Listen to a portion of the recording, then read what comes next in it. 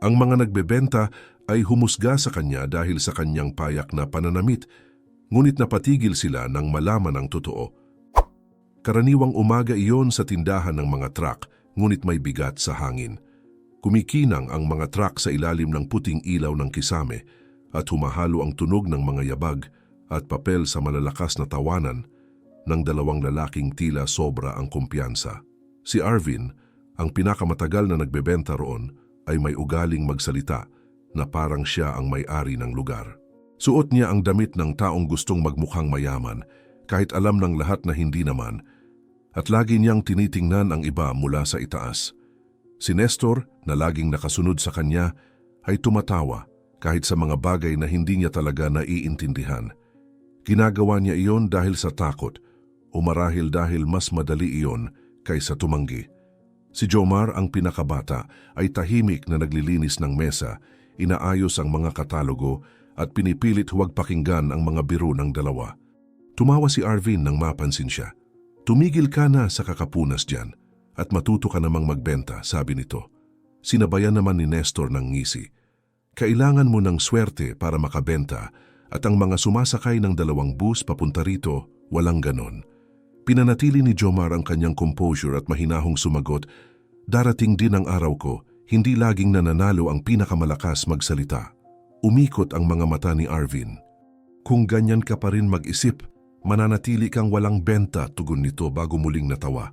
Pinili ni Jomar na lunukin ang sakit ng loob, iniisip ang inang may sakit sa bahay at ang kuryenteng matagal nang hindi nababayaran. Alam niyang hindi siya pwedeng mawalan ng trabaho. Habang patuloy ang dalawa sa kanilang pagyayabang, bumukas ang pinto at pumasok ang isang matandang lalaki. Mabagal ang kanyang hakbang, suot ang lumang damit at kupas na sombrero. Si Benigno, may kalmadong mukha at matalim na mata, ay tumingin sa mga truck na parang may malalim na paggalang. Si Arvin ang unang nakapansin at bumulong ng may pang-aalipusta. "Ayan na naman, siguradong magpapapicture lang," tawa si Nestor. "Yan ang mga tipong nagtatanong lang ng presyo tapos biglang nawawala, siguro nagtago lang sa ulan." Tinalikuran nila ang matanda at nagpatuloy sa pag-uusap tungkol sa kanilang mga benta. Ngunit si Jomar ay may kakaibang pakiramdam. May kung anong respeto sa paraan ng pagtitig ng matanda sa mga truck, parang may mga alaala roon. Lumapit siya at mahinahong nagtanong, "May maitutulong po ba ako sa inyo?" Ngumiti si Benigno, banayad at payapa. "Oo," sagot niya, "bibili ako ng 10 truck." Natigilan si Jomar, iniisip kung tama ba ang narinig. "10, sir?" tanong niya. Walang halong pangungutya, kundi purong pagkagulat. "Oo, 10, kumpirmado ng matanda. Narinig yon ni na Arvin at Nestor at agad silang lumapit habang nagtatawanan. 10 truck, ulit ni Arvin nang may pangaasar. "Alam mo ba kung magkano ang isa rito? Baka nagkamali ka ng pinasok na tindahan, tatang," dagdag ni Nestor. "O baka gusto mong pumunta sa lumang lote, may mga luma roon na kasinluma mo." Sinubukan ni Jomar na pigilan sila, ngunit nagsalita ng mas malakas si Arvin. "Ang tindahan na to, para sa seryosong mamimili. Wala kaming oras sa mga palabas." Huminga ng malalim si Benigno at matatag na sumagot, "Hindi ako nagpapatawa. Bibili ako, at hindi ako aalis hanggang hindi ko napipili ang 10. Hindi agresibo ang kanyang tono, ngunit sapat iyon upang maputol ang tawa ni Nestor. Si Arvin naman ay lalo lang nainis. "Sino bang niloloko mo? Sa 20 taon ko rito, wala pa akong nakitang ganitong drama." Sandaling natahimik ang lahat. Lumapit si Jomar. Hindi sigurado kung tama ang gagawin. "Siguro dapat pakinggan muna natin siya," mahinahon niyang sabi. Tiningnan siya ni Arvin ng malamig. "Huwag kang makialam. Hindi ito usapan ng mga baguhan." Tiningnan ni Benigno si Jomar at saka ang dalawa. "Kung hindi kayo naniniwala, tawagan ninyo ang may-ari ng tindahan. Kilala niya ako. Siya mismo ang magsasabi kung totoo o hindi." Tumawa si Nestor nang marinig iyon. "Oo nga, kilala raw siya ng may-ari.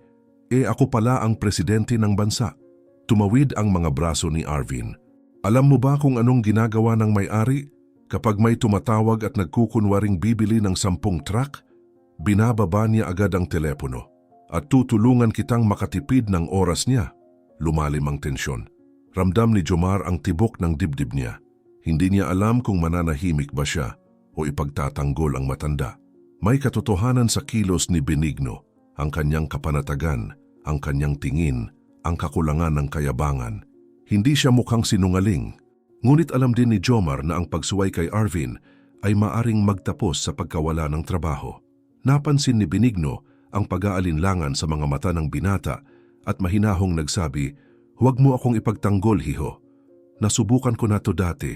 Ganyan lagi. Hinuhusgahan ka nila sa damit mo bago ka pa makapagsalita." Napabuntong hininga si Arvin ng may pagkainip. "Tama na. Nakakaistorbo ka sa trabaho namin." Tumango si Nestor. "Subukan mo sa ibang tindahan. Baka doon tumanggap pa ng tseke." Hindi na sumagot si Benigno. Inayos lamang niya ang kanyang sombrero at tiningnan muli ang truck sa harap niya. Tila isang pangarap na malapit nang mawala. Nanatiling nakatayo si Jomar, may bukol sa lalamunan. Sandaling tumahimik ang buong lugar. Ang malayong tunog ng busina sa labas ay parang umalingaw-ngaw sa loob ng isip ni Jomar. Tumalikod si Arvin at kunwaring may isinusulat sa mesa. Sumunod si Nestor, patuloy sa pagtawa ng mahina. Si Benigno ay nanatiling nakatayo, tahimik, at si Jomar ay naiwan sa gitna nila. Sa pagitan ng takot sa amo at respeto sa isang estrangherong may dignidad. "Kung totoo ang sinasabi mo, bakit hindi mo patunayan?" Tanong ni Arvin nang hindi man lang tumingin pataas. Kalma ang tugon ni Benigno, "Makikita ninyo ang patunay. Pero sana may lakas pa kayong tumingin sa mga mata ko kapag dumating na iyon." Matatag ang boses niya, walang galit, tanging dangal ng isang taong sanay na sa panghihiya. Mahinang ibinulong ni Nestor kay Arvin na mas mabuting pabayaan na lang ang matanda. Si Jomar, bagaman hindi na kayang itago ang nararamdaman, ay napaatras matapos maglakad ng isang hakbang.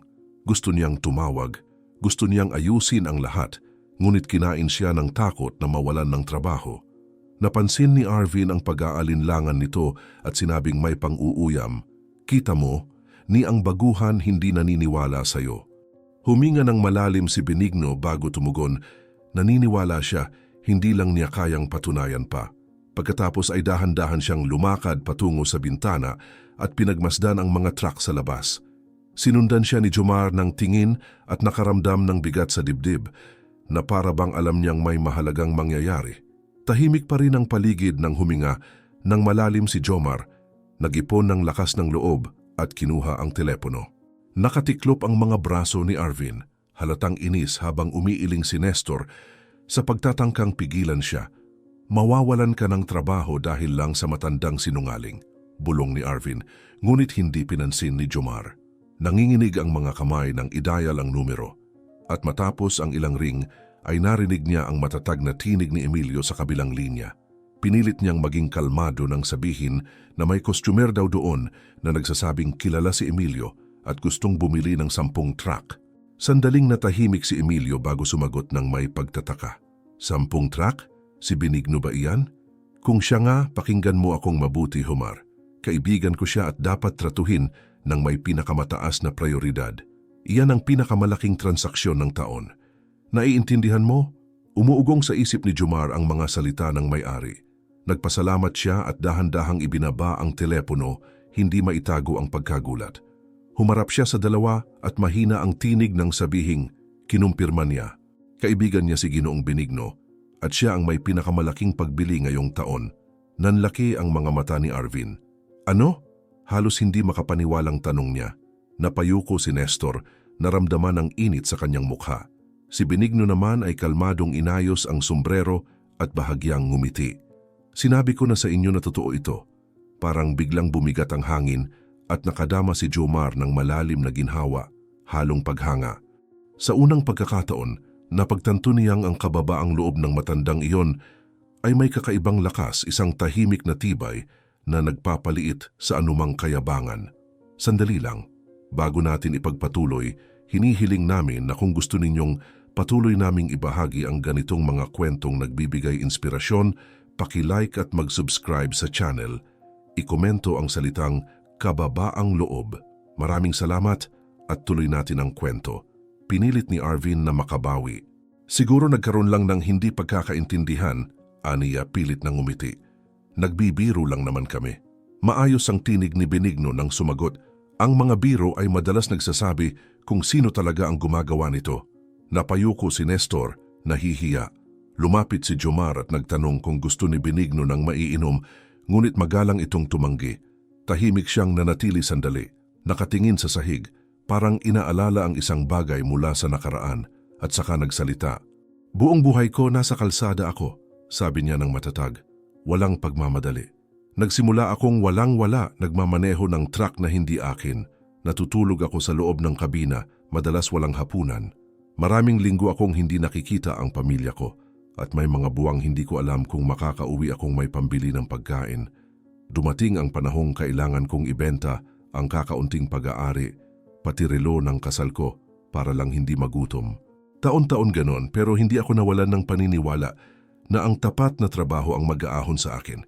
Umiwas ng tingin si Arvin, halatang naiilang, habang si Nestor ay tila lalo pang lumiit sa bawat salitang naririnig. Nagpatuloy si Benigno. Maraming nag-iisip na ang taong simple ang pananamit ay tamad o walang ambisyon. Pero hindi nila alam ang sakit at hirap na dinadala ng bawat pagod na mukha. Natutunan kong hindi nasusukat sa damit ang yaman ng tao, kundi kung gaano pa rin niya kayang panatilihing dalisay ang puso matapos ang lahat ng laban. Kaya kahit sino, tinatrato ko ng may respeto, kahit yung hindi gumagawa ng pareho sa akin. Tahimik na nakikinig si Jomar, dama niyang higit pa sa kwento ang mga salitang iyon. Isa itong paalala ng kung anong uri ng tao ang nais niyang maging. Mahinang bulong ni Nestor, halos hindi marinig. Mali kami. Sinubukang manatiling matatag ni Arvin, pero ipinagkanulo siya ng kanyang mga kamay na hindi mapakali. Ang tingin niyang dati mapagmataas, ngayon ay pinaghalong galit at hiya. Hindi niya kailanman inamin, ngunit galing din siya sa kahirapan. Bata pa lang siya ay nangako sa sarili na hindi na siya titingnan bilang dukha. Kaya lagi siyang maayos manamit, nagpapanggap na mayaman, at nanunuya sa iba para lang itago ang takot na bumalik sa dati niyang buhay na walang-wala. Napansin ni Benigno ang tensyon at kalmado niyang ipinagpatuloy. Kapag nawala na ang lahat at kailangan mong magsimula muli, natututo kang makita ang mundo sa ibang paraan. Nakita ko kung paanong ang mga mayaman ay tinatrato ang iba na parang hindi umiiral. Pero nakita ko rin kung paanong ang mga simpleng tao katulad ko ay tumutulong ng walang hinihintay na kapalit. Sa kanila ko natutunan ang tunay na dangal. Tinuruan ako ng trabaho na huwag humusga batay sa hitsura. Ang bawat kalyo sa kamay ko ay paalala na walang dumating sa akin ng madali. Emosyonal na nagtanong si Jomar kung hindi ba niya naisipang sumuko. Maraming beses, sagot ni Benigno. Pero sa tuwing itinutulak ako ng buhay pababa, naaalala ko ang pamilya ko. Iniisip ko ang lahat ng magagawa ko pa para sa kanila. At nang sa wakas ay nakapag-ipon ako ng kaunti, bumili ako ng lumang truck at nagsimulang muli. Ngayon, salamat sa Diyos, may maliit akong kumpanya. Doon ko nakilala si Emilio. Tinulungan niya ako noong panahong walang nagtitiwala sa akin. Hindi niya ako itinuring na mababa, kahit galing siya sa mayamang pamilya. Kaya ganoon ko siya nire-respeto. Naroon pa rin sa hangin ang mabigat at tahimik na paghahambing kay Emilio at Arvin. Napalunok si Arvin. Alam niyang nagmula ang may-ari ng kumpanya sa mundong lubos na naiiba sa kanya. Ngunit kailanman ay hindi niya kinailangang hamakin ang iba upang maramdaman ang halaga niya. Tumingin si Benigno sa tatlo at nagsabi, "Ipinanganak ang amo ninyo na may lahat ng bagay sa paligid niya, pero hindi niya nakalimutang lahat ay karapat-dapat sa paggalang. Ang kaibahan lang, ang ilan natututo iyon sa pamamagitan ng edukasyon, ang iba naman sa pamamagitan ng sakit. Natutunan ko iyon sa sakit." Ilang segundo ring natahimik si Jomar, ninanamnam bawat salita. Nakaramdam siya ng halong pasasalamat at hiya sa sarili dahil kahit saglit, pinagdudahan niya ang kwento ng matandang lalaki. Dahan-dahang tumayo si Benigno at matatag na nagsabi, "Gusto kong ituloy ang pagbili, ang 10 truck, at babayaran ko ng buo ngayon." Nanlaki ang mga mata ni Arvin. "Ngayon mismo?" Ulit niya na hindi makapaniwala. Tumango lang si Benigno at humingi ng detalye ng account ng kumpanya. Kinuha niya ang telepono, tumawag sandali at kinumpirma ang transaksyon. Ilang minuto lang dumating na ang resibo sa mensahe. Tinitigan ni Jomar ang screen, hindi pa rin makapaniwala. Nagkatinginan sina Arvin at Nestor, parehong walang masabi. Ang tanging tunog sa silid ay mula sa aircon. Inilahad ni Benigno ang kamay kay Jomar at nagsabi, "Salamat sa pagtrato mo sa akin ng may respeto. Bihira akong makakita ng taong marunong makinig bago humusga." Hinawakan ni Jomar ang kamay ng matanda at taus-pusong sumagot, "Hindi niyo kailangang magpasalamat, sir." "Ang tama ay tama," ngumiti si Benigno. "Hindi lahat naaalala iyan. Maaring maging malupit ang mundo, anak, pero palaging bumabalik ang kabutihan. Maaring matagalan, pero babalik." Isinuot niya ang sombrero, naglakad ng dahan-dahan at nagtungo sa pinto. Sinubukan ni Arvin magsalita ngunit walang lumabas na salita. Nanatiling tahimik si Nestor, walang lakas ng loob na tingnan ang taong hinamak nila. Pagkasara ng pinto, bumalik ang katahimikan, ngunit ngayon ay may ibang bigat. Ang showroom na dati ay puno ng tawa at kayabangan ay biglang lumiit sa harap ng dignidad ng taong umalis. Nakatayo lang si Jomar, nakatingin sa pinto, pakiramdam niya ay nasaksihan niya ang isang bagay na hinding-hindi niya malilimutan. Pinunasan ni Arvin ang pawis sa kanyang mukha at pabulong na sinabi, "Maling tao ang hinamak natin." Sa ilang sandali, darating ang mga tao ni Benigno upang kunin ang mga truck. Bumagsak ang hapon na mabigat sa loob ng kumpanya at nanatiling tahimik mula nang umalis si Benigno. Iwasan nina Arvin at Nestor ang magkatitigan habang si Jomar ay tahimik lang, sinusubukang unawain ang lahat ng nangyari. Tumunog ang telepono ng isang beses lang at napasigaw ng kaunti si Arvin sa kaba. Ilang minuto pa bumukas ang gate at pumasok si Emilio. Ang seryosong anyo niya ay sapat na upang ipahiwatig kung bakit siya naroon. Dahan-dahan siyang naglakad sa pagitan ng mga nakadisplay na truck, pinagmamasdan ang bawat detalye hanggang sa huminto sa harap ng tatlong tagabenta. "Sumama kayong lahat sa akin ngayon," wika niya ng malamig. Sumunod silang tatlo sa loob ng glass office. Umupo si Emilio. Pinag-cruise ang mga kamay sa mesa at ilang segundong nanahimik na tila pinipigilan ang galit. "Kakausap ko lang kay Ginoong Benigno," panimula niya, "at aaminin kong nahihiya ako. Hindi lang para sa kanya, kundi para sa uri ng mga taong nagtatrabaho dito. Nakakahiya ang nangyari." Bumuka ang bibig ni Arvin upang magsalita, ngunit isang tingin lang ni Emilio ay sapat na upang siya'y matahimik. "Tumahimik kayo at makinig," dugtong niya. "Ilang taon kong pinaghirapan ang pagtatayo ng isang marangal na pangalan at sa isang hapon lang, winasak ninyo iyon." Huminga ng malalim si Arvin at nagtangkang magpaliwanag. "Sir Emilio, kailangan niyo pong maintindihan, gusto ko lang protektahan ang imahe ng kumpanya. Sa panahon ngayon, kung sino-sino na lang ang lumalapit para manloko." Itinaas ni Emilio ang kamay at pinutol ang paliwanag. "Protektahan ang imahe? Ang imahe na mahalaga ay ang may karakter, Arvin, at sa iyo wala." Matindi at tuwiran ang kanyang mga salita. Yumuko si Nestor, hindi magawang tumingin. Tiningnan siya ni Emilio at nagsabi, "At ikaw, Nestor, binigo mo ako.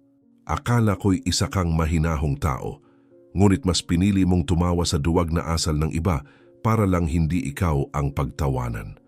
Ganap na natahimik ang silid, tanging ugong ng aircon ang maririnig. Huminga muli si Emilio at nagpatuloy, "Hindi ko kailangan ng mga empleyadong nagtatago sa likod ng mamahaling Amerikana at peking ngiti. Kailangan ko ng mga taong marunong rumispeto sa kahit sinong customer, mayaman man o simpleng manggagawa sa kalsada." Ngayon malinaw na kung sino ang tunay na tao rito. Muling nagtangkang magsalita si Arvin, ngunit halos walang lumabas na boses. "Nagkamali ako, Sir Emilio, pero isa lang iyong hindi pagkakaintindihan. Ako," pinutol siya ni Emilio nang malakas na hampasin ang mesa. "Hindi iyon hindi pagkakaintindihan, iyon ay kayabangan. At ang kayabangan ay may kabayaran." Pagkalipas ng ilang sandali, tumayo si Emilio. "Simula ngayon, Arvin, tanggal ka na. Nestor, ibinababa kita sa posisyong receptionist. Walang komisyon hanggang matutunan mong ang pananahimik sa harap ng kawalang katarungan ay kasalanan din. At ikaw, Jomar, na itaas ka na. Ikaw lang ang nagpakita ng tunay na pagkatao habang ang iba ay pinili ang pagmamataas." Nanlaki ang mga mata ni Jomar sa gulat. "Sir Emilio, ginawa ko lang po ang sa tingin kong tama," sagot niya ng mahinahon. Tiningnan siya ni Emilio ng kalmado. "At iyan mismo ang kulang dito, mga taong gumagawa ng tama nang walang inaasahang kapalit." Naramdaman ni Jomar ang buhol sa lalamunan. Hindi niya alam kung magpapasalamat o hihingi ng tawad para sa iba, ngunit hindi siya binigyan ng pagkakataon. Muli tumingin si Emilio kay Arvin na ngayon ay namumutla. Akala mo ba, Arvin, na pera at katayuan ang sukatan ng halaga ng tao? Mas marangal si Ginoong Benigno sa kanyang simpleng kasuotan kaysa sa iyo na puro kinang ang sapatos. Nakuha niya ang lahat sa pamamagitan ng trabaho, samantalang iniisip mong pagyurak sa iba ang paraan para maging dakila. Isa kang taong nagkakamali ng batayan, akala mo ang itsura ay kapantay ng halaga. Kaya kahit kailan, hindi ka magiging tunay na mayaman. Napakuyom ng kamao si Arvin. Parang ang linis-linis mo, sir. Ginawa ko lang naman ang ginagawa ng sino mang nagbebenta. Tinrato ko siya base sa itsura. Walang kakaiba doon. Lumapit si Emilio, kalmado, ngunit matatag. Hindi, Arvin, sagot niya. Yan ang ginagawa ng duwag. Ang tunay na nagbebenta ay marunong tumingin sa tao bago tumingin sa presyo. Nanatiling tahimik si Nestor. Ramdam ang init sa kanyang mukha. Alam niyang tama si Emilio. Ilang taon na niyang kinopya ang mga salita ni Arvin. Nakitawa sa mga biro at tumango sa lahat ng sinasabi nito para lang hindi siya maging susunod na target. Ngayon, habang pinapalayas ang kasamahan, naramdaman niya ang bigat ng sariling takot. Sir Emilio, mahina niyang sabi, halos pabulong, karapat-dapat din akong masama sa parusang to. Tumingin lang si Emilio sa kanya. Hindi ito parusa, Nestor. Aral ito. Sana matutunan mo. Walang nasabi si Arvin. Nakatingin siya sa sahig, galit at desperado. Hindi ito tama, bulong niya. Pagkatapos ng lahat ng taon ko rito, palalayasin mo ako dahil lang sa isang matandang di mo kilala. Tumagilid ang ulo ni Emilio at tumugon. Isang matandang kakabayad lang ng buo para sa pinakamalaking transaksyon sa kasaysayan ng kumpanyang ito. Pero kahit wala siyang binili, sapat na ang ugali mo para alisin ka. Makapal ang tensyon sa hangin. Lumakad si Emilio papunta sa pinto, ngunit bago umalis ay nagsabi, isa pa pala, sa mga susunod na araw may bagong mag-uumpisa rito. Ang pangalan niya ay Marco. Napataas ang ulo ni Arvin. Marco? Sino yon? Tanong niya. Lumingon si Emilio at mahinahong sumagot, anak ni Ginoong Benigno. Muling bumalik ang mapangutyang ngiti sa mukha ni Arvin. Kaya pala. Ang anak ng mayaman papasok dito. Madali ngang magsimula sa buhay kapag bumibili ang tatay mo ng 10 truck sa isang araw. Tumitig si Emilio diretso sa mga mata niya.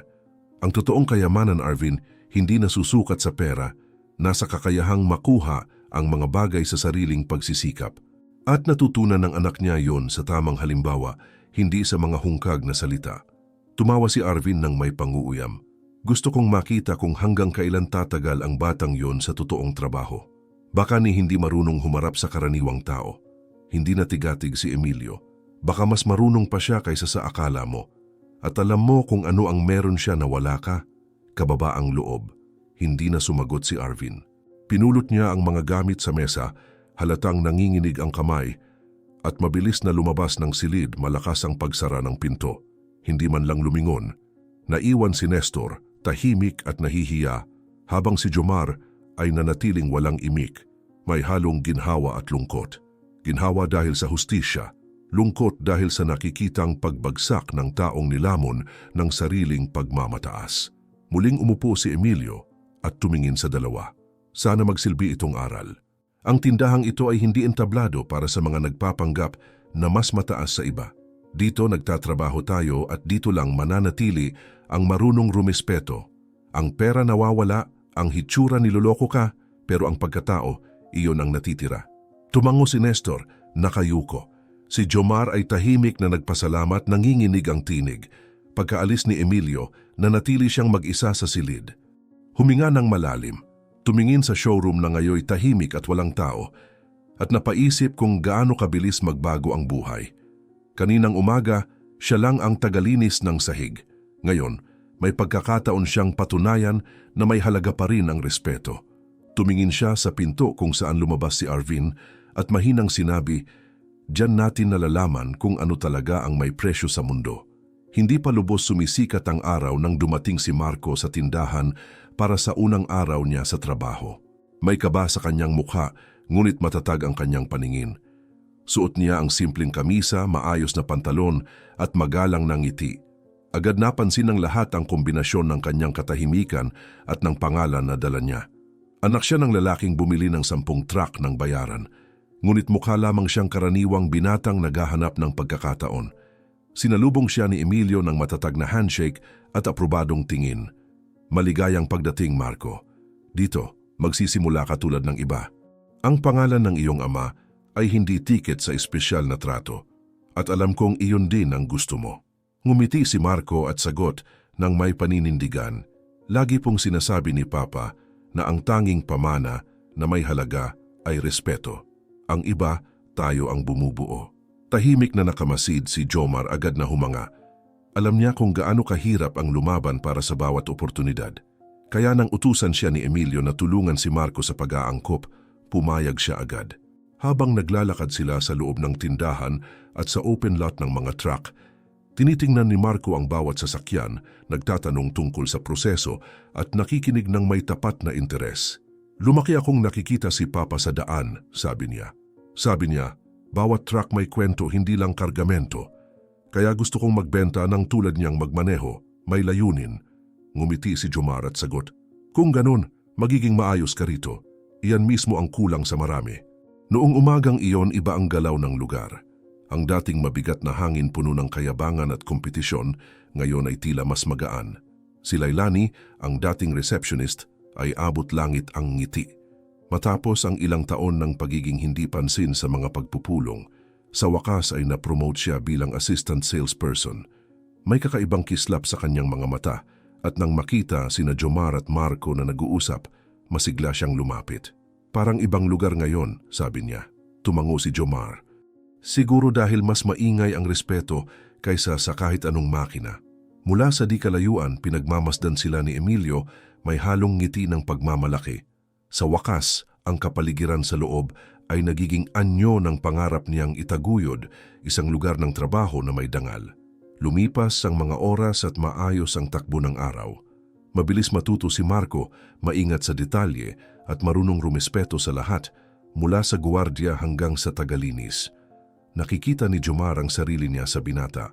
Nang magpahinga sila para magkape, nagsimulang magkwento si Marco tungkol sa sarili.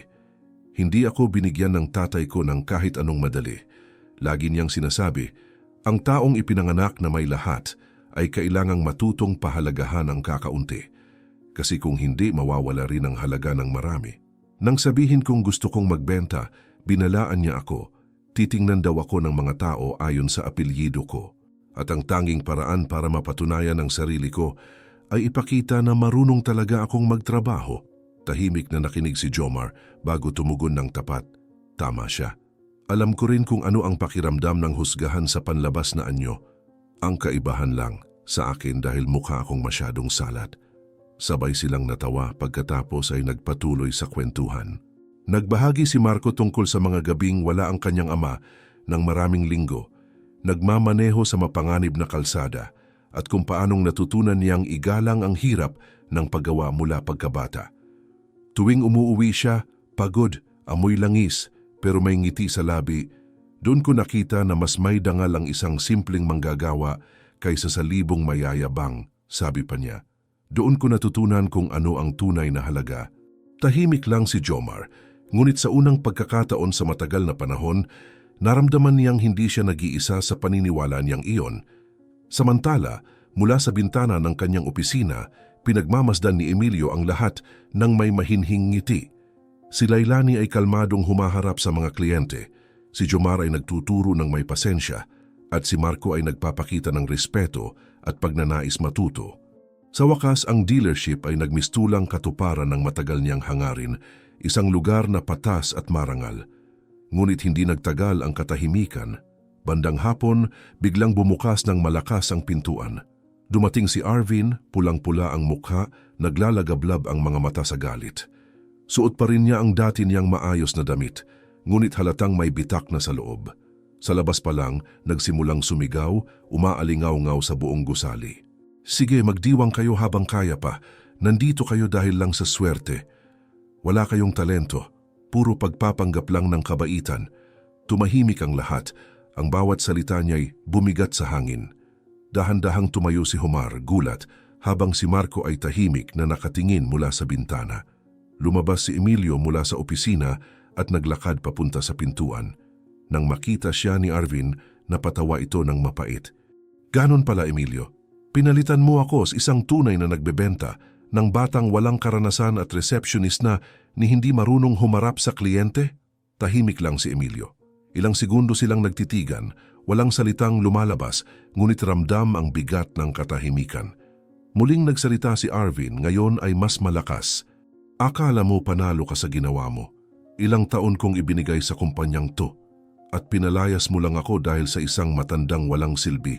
Maayos at kalmado ang tugon ni Emilio. "Hindi ang tagal ng panahong ginugol mo rito ang bumagsak sa iyo, Arvin. Ang bumagsak sa iyo ay kung anong klaseng tao ang pinili mong maging sa mga panahong iyon." Tumawa si Arvin ng may pangungutya. "Ayan na naman, sermon ng moralidad. Madali mong sabihin kasi hawak mo ang lahat. Ikaw at yang matanda mong kaibigan, akala ninyo banal kayo." Umiling lang si Emilio at mahinang sinabi, "Hindi kami banal. Natutunan lang naming walang sweldo ang ipinagmamalaking kayabangan." Walang gumalaw. Nakatayo si Arvin, malalim ang paghinga, pilit naghahanap ng salitang makakapanalo sa pagtatalo ngunit wala. Ang mga mata ng mga tao sa paligid ay hindi na nakikita ang dating kumpiyansang lalaki, tanging isang taong ginupo ng sariling ego. Tumalikod siya, malakas na sinipa ang sahig at umalis nang hindi lumilingon. Tahimik si Marco sa loob ng ilang segundo bago mahina niyang sinabi, halos bulong sa sarili, "May mga taong tanging sariling pagmamataas lang ang nakikita sa mundo." Narinig siya ni Jomar at tumango. At sa huli sila rin ang nababangga sa sarili nilang anino. Bumalik si Emilio sa loob, may pagod sa mukha ngunit may katahimikan din. Alam niyang natapos na ang isang yugto. Mula rito bawat isa ay alam na ang kani-kanilang lugar. Nagpatuloy si Marco sa trabaho, tinutulungan si Jomar sa pag-aayos ng mga dokumento at sa pakikipag-usap sa mga kliyenteng gustong makilala ang anak ng lalaking bumili ng 10 truck. Si Lailani naman ay abala pa rin sa mga customer, may parehong sigla at tapang. Muling bumalik ang ritmo ng araw. Sa pagtatapos ng oras ng trabaho, payapa ang paligid.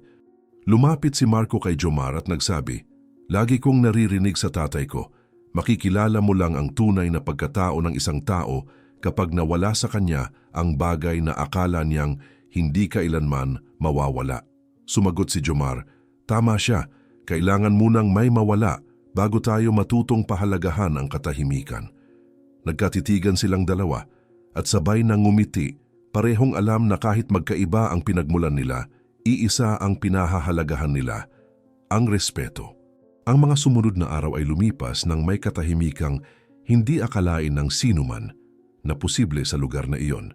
Parang ibang mundo na ang kumpanya. Ang mga tawa ay naging totoo, ang mga bati ay taus-puso, at ang dating bigat ng kayabangan ay napalitan ng magaang na hangin ng paggalang. Madaling nakaangkop si Marco. Dumarating siya ng maaga, bumabati sa lahat, sinusulat ang bawat natutunan, at higit sa lahat, nakikinig ng may atensyon. Si Jomar na ngayon nasa posisyon bilang sales manager ay labis na ipinagmamalaki ang bagong kasamahan. "May talento ka rito," sabi niya isang umaga, habang pinagmamasdan si Marco na kalmadong kausap ang isang kliyente. Ngumiti si Marco at sumagot, "Natuto ako sa halimbawa ng tatay ko. Lagi niyang sinasabi, bago ka magbenta ng truck, ibenta mo muna ang tiwala." Samantala, namulaklak din si Lailani sa bago niyang tungkulin. May kakaiba siyang paraan sa pakikitungo sa mga tao, marunong magpaliwanag ng malinaw at mahinahon, at bawat kliyente ay pinaparamdam niyang espesyal. "Ngayon lang ako nakaramdam na tunay akong bahagi ng isang bagay," sabi niya kay Jomar habang inaayos ang mga kontrata. "Dati pinapanood ko lang ang iba na umuusad, pero ngayon pakiramdam ko, dumating na rin ang oras ko." Ngumiti si Jomar. "At dumating nga. Dito, walang umaangat sa pamamagitan ng pagyurak sa iba." Si Emilio na nagmamasid mula sa malayo ay puno ng ginhawa at pagmamalaki. "Ito ang kailangan ko," mahinang wika niya habang isinasara ang folder ng mga ulat.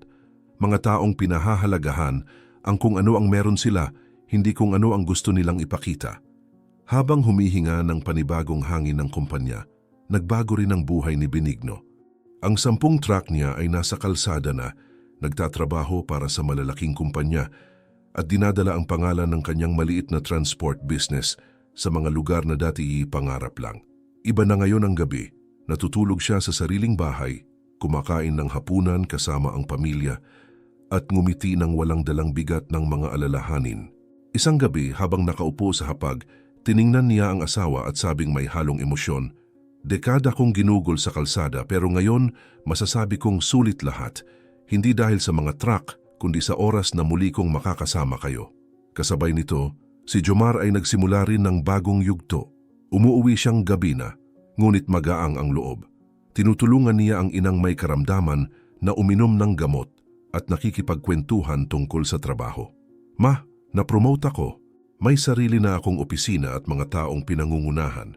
Ngumiti ang ina, may luha sa mga mata. "Alam kong makakamit mo iyan, anak. Mabuti kang tao at bumabalik palagi ang kabutihan." Hinawakan niya ang kamay nito at tumugon, "Yan din ang natutunan ko sa isang kliyenteng walang naniwala noon." Nang gabing iyon, habang natutulog ang ina na natiling gising si Jomar, iniisip ang lahat ng pinagdaanan niya.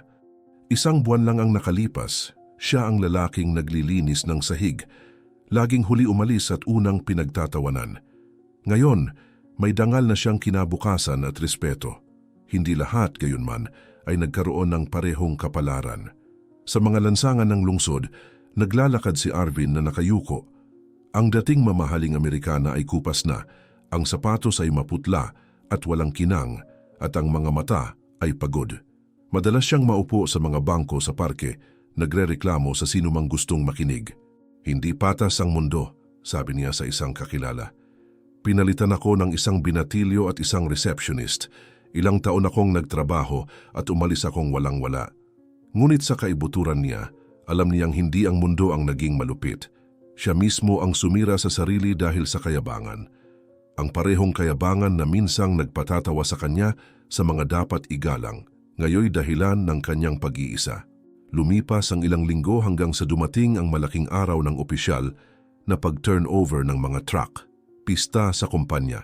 Nagtipo ng lahat sa labas upang panoorin ang pag-alis ng bagong fleet, maayos na nakahanay at kumikislap sa ilalim ng araw. Ang tunog ng mga makina ay naghatid ng kakaibang emosyon. Dumating si Benigno kasama ang pamilya, halatang emosyonal.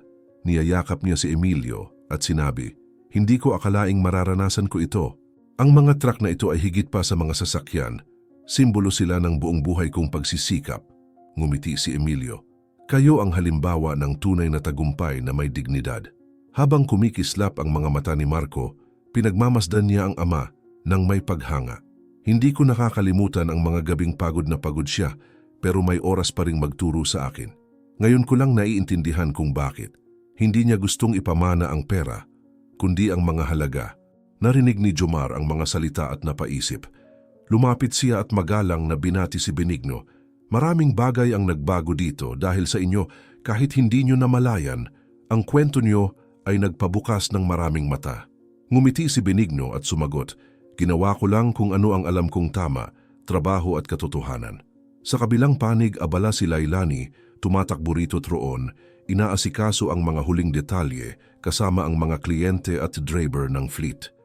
Ang ngiti niya ay maliwanag at nakakahawa. Nang magtagpo sila ni Emilio, sabi nito, "Yan ang likas mo, Lailani. Ang pagbebenta ay tungkol sa tiwala at sobra kanyan."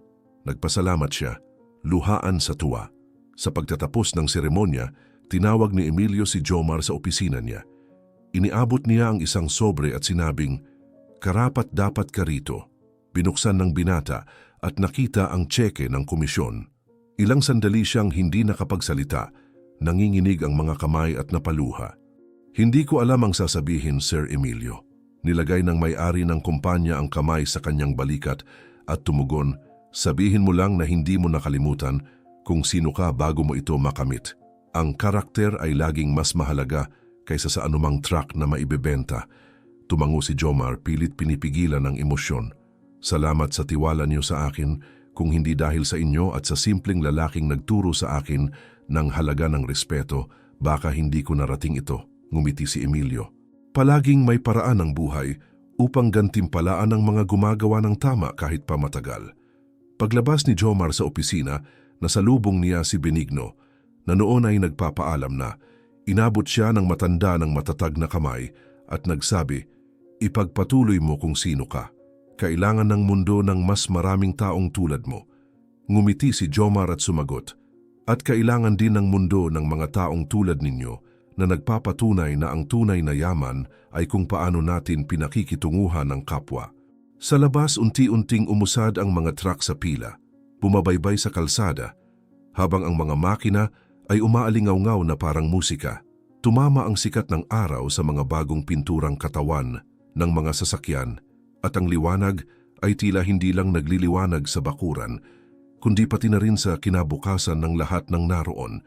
Nakatingin si Benigno puno ng pagmamalaki habang nakatayo sa tabi ng anak niyang si Marco. Kumakaway si Lailani sa mga driver at si Emilio na may nakatayo ng payapa, nakahalukip-kip, may ngiting kontento sa mukha ng isang taong alam na sa wakas, nasa tamang direksyon na ang kumpanyang itinayo niya. Si Jomar, na hawak pa rin ang tseke sa kamay, ay tumingin sa langit at malalim na huminga. Nararamdaman niyang dumadaloy ang mga luha, ngunit ngayon ay hindi na niya kailangang itago. Bawat patak ay sagisag ng bawat araw ng pagod, bawat sandaling muntik na siyang sumuko. Ngayon malinaw na ang lahat. Habang pinagmamasdan niya ang kislap ng mga truck na papalayo, naisip niya sa sarili, ang tunay na kayamanan ay hindi kung ano ang mayroon tayo, kundi kung paano tayo nakikitungo sa mga tao. Salamat sa pananatili hanggang dito. May inihanda kaming isa pang natatanging kwento para sa iyo. Lumilitaw na ito ngayon mismo sa iyong screen. I-click mo lang para mapanood. Sa mundong puno ng katahimikan sa harap ng sakit, pinili mong makinig hanggang sa huli. Kung nakapagpabago sa iyo ang kwentong ito, mag-subscribe ka. Sa ganoong paraan, matutulungan mo kaming magpatuloy sa paghahatid ng mga totoong kwento na karapat-dapat marinig. I-komento mo rin kung saan ka nanonood at kung kaya mo, ibahagi mo ito. Maaaring maliit na bagay lang iyon pero ang pagkalat ng kwento ng tagumpay ay isa ring paraan ng pagpapalaganap ng pag-asa.